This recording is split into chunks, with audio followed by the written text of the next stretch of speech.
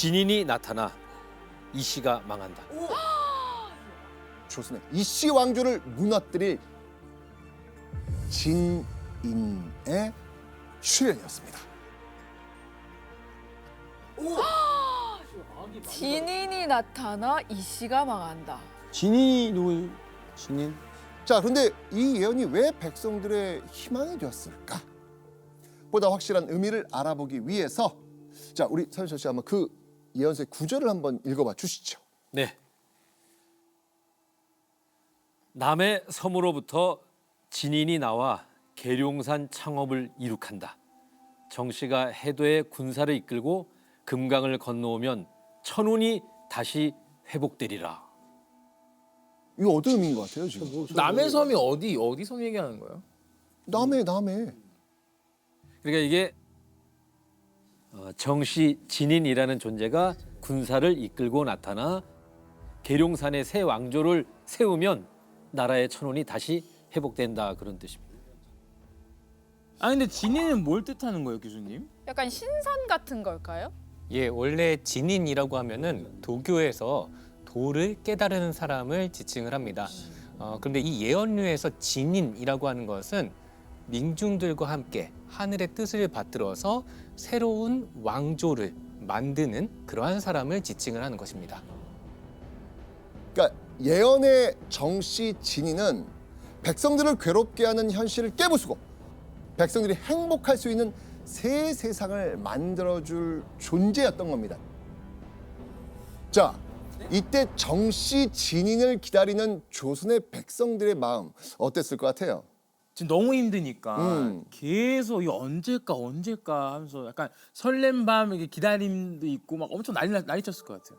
어쨌건 이 현실이 힘들고 고달플수록 더욱 강해질 수밖에 없는 이 예언에 대한 백성들의 믿음, 이처럼 백성들이 간절히 원했을 정씨 진인의 존재는 바로 정감록이라는 예언서에 적혀 있습니다. 수백 년 동안 예언서를 금지한 왕실의 통제 때문에 정감록은 은밀하게 여러 사람의 손을 거쳐 필사본으로 전해졌죠. 이런 유포 과정에서 현재 전해지는 정감록은 어떤 게 진본인지 알 수 없는 데다가 수많은 이본이 존재한다고 합니다. 하지만 여러 예언의 글자가 합쳐진 정감록은요, 그야말로 조선시대 대표 예언서라고 할 수 있습니다. 그런데 정씨 진인의 흔적은요, 조선왕조 실록에서도 확인이 가능합니다. 국초 이래로 참설이 있었는데 연사년 계룡산 개태사 터는 곧 후대의 정씨가 도읍할 곳이다. 아, 기억나. 자, 조선 건국 초기부터 이 정씨가 계룡산에 새 도읍을 지을 거라는 예언이 있었다는 겁니다. 근데 지금 보는 이 문장 너무 낯익지 않아요? 맨 처음에 나온 거랑 비슷한 건가요? 그렇죠. 그러니까 정씨와 관련된 예언은 국초부터 많았다는 겁니다. 계속. 그런데요, 조선의 예언 속 새로운 왕조는 왜 정씨였을까? 근데 정씨가 있나요? 지금 우리 이씨 조선왕조 끝나고 정씨? 자, 시간을 돌려서요. 1589년 10월 1일 선조가 재위 중이던 때로 한번 가보겠습니다. 당시 조선 조정에는요, 영모 고발이 하나 올라옵니다. 그리고 그 고발에 따르면 주모자는 영모를 함께할 사람들을 모으면서 이런 글을 보여줬다고 합니다.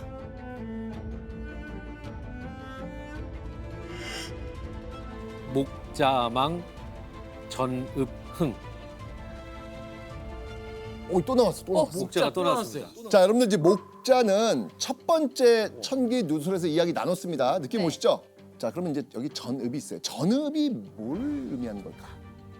이 한자 두 개 합치면 한자가 뭐죠? 어우, 그러니까. 좋아요. 느낌 좋아요. 파자 형식으로 전과 읍자를 나란히 붙여 볼까요? 정씨가 만들어집니다.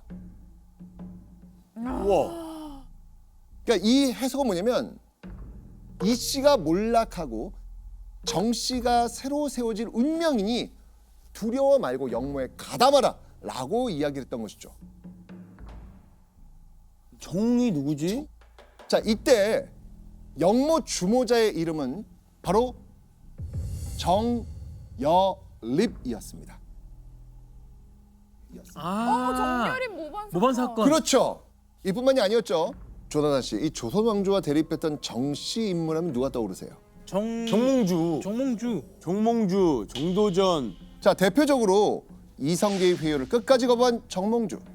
신권 중심의 국가를 만들려다가 이방원에게 살해된 정도전. 게다가 정여립도 있습니다. 이러면서 그 사람들의 무의식 속에 조선 왕조를 대신할 새 왕조의 주인공은 정씨다. 이런 생각이 싹 튼 게 아닐까요? 그리고 1811년 정감록의 예언을 믿은 사람들의 움직임이 포착됩니다. 자, 여기서 한번 짚어보는 별점 체크 포인트. 교과서에 꼭 나오는 이것 보시겠습니다.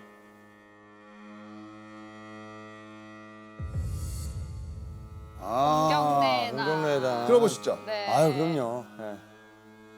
더는 이렇게 못 살겠다면서 1811년 12월 18일 홍경래를 주축으로 한 농민들의 봉기가 시작이 됐습니다. 이 당시 안 그래도 힘겨웠던 백성들의 삶은요, 살아도 사는 것 같지 않을 만큼 고달파왔습니다. 어린 왕 순조를 이용한 외척 가문을 필두로 권력을 잡은 양반들이 벌인 국정농단, 바로 세도 정치. 세도 정치. 게다가 홍경래가 살던 평안도는요, 외적의 침입이 잦은 변방이라는 이유로 조선에서 오랫동안 차별받고 있는 그런 지역이었습니다. 쌓이고 쌓였네. 홍경래는요, 세도 정권의 수탈과 평안도 출신에 대한 차별에 맞서서 조선을 바꿔보겠다라는 혁명을 꿈꾸기 시작했던 겁니다. 그리고 백성들이 홍경래의 난에 동조했던 이유, 그게 사실은 정감록이었던 거예요. 선생님, 이 홍경래의 난이 정감록이랑 무슨 연관이 있을까요?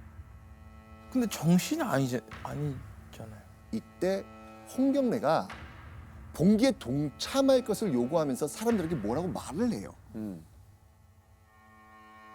정진인은 조선에서 태어났다. 홍경래는 진인의 명을 받아 도원수로서 내년 3월에 동시에 나온다. 그러니까 자기랑 어떤 정씨의 그 명을 받고 이렇게 한다. 홍경래는 봉기를 위해 사람들을 끌어모으며 이렇게 말한 거예요. 자신은 정씨 진인의 지휘를 받는 군 통솔자로서 봉기했다라고 말이죠. 한마디로 홍경래와 봉기군의 진정한 리더는 누구다? 바로 정감록 예언의 그 정씨 진인이라는 겁니다. 우리가 하는 일은 이런 근거가 있다. 그렇죠. 네. 그만큼 당위성을 힘들기도 했으니까. 힘들기도 했고. 그렇죠. 믿고 그러니까 뭐라도 싶은 이렇게 거예요. 좀 매달리고 믿고 맞아요. 싶고 하는 그런 상태에서 자, 여러분이 만약 백성이라면 홍경래 이 말을 듣고 봉기에 참여했을 것 같습니까? 네, 전 참여합니다. 왜냐면 이제 곧 오잖아요. 이제 우리 시대가 온 거야 이렇게 생각할 수도 있으니까. 예, 보통 이러한 예언들이 널리 받아들여지는 시기는 사회적으로 굉장히 혼란스러운 시기라고 보아야 합니다. 당시 이 지역 사람들의 삶이 너무나도 힘겨웠기 때문에 진인이 나타나서 새로운 사회를 만든다라고 하는 그 말들이 널리 퍼뜨려졌던 것이죠. 지금도 그렇지만 이 선동은 불안과 불만이 팽배했을 때 굉장히 큰 힘을 얻게 되거든요. 그러니까 조선의 백성들은 새로운 세상을 꿈꾸며 이 정씨 진인이 함께한다는 봉기군으로 하나들 모여듭니다. 그렇게 1811년 12월 18일 정씨 진인 아래 모인 500여 명의 홍경래와 봉기군은요, 조선 건국 이래 가장 큰 농민 봉기를 일으킵니다. 홍경래의 봉기군은요, 단 열흘 만에 청천강 이북 7개 지역을 점령합니다. 특히 이 중에 정주성이 있었는데 봉기군은 거의 피를 흘리지 않고 이곳에 무혈 입성하다시피 합니다. 하지만 백성들의 필사적 노력에도 조선 조정에서 급한 어마어마한 관군을 물리칠 수 없었죠. 봉기가 시작되고 4개월이 지난 1812년 4월 19일 홍경래와 봉기군이 버티고 있는 정주성 성벽을 폭파한 관군들은요, 무너진 성벽 틈으로 물밀듯 쏟아져 들어옵니다. 결국 홍경래는 총에 맞아 그 자리에서 사망합니다. 여기서 이날 정주성에서 체포된 백성들은 무려 3천여 명. 조선 조정은 총 1917명의 백성을 모조리 죽여버립니다. 피도 눈물도 없는 무자비한 태도로 사건을 정리한 조정. 이후 당시 왕인 순조가 홍경래에 대해 남긴 말을 한번 서현철 씨가 한번 읽어봐 주시죠. 네. 역적 홍경래는 본디 벌레 같은 미물로 참 위의 요원을 선창하였고 농민과 황건이 다시 도가 있는 세상에 일어나게 만들었던 것이다. 그러니까 순조의 말은 이렇게 해석할 수 있겠죠.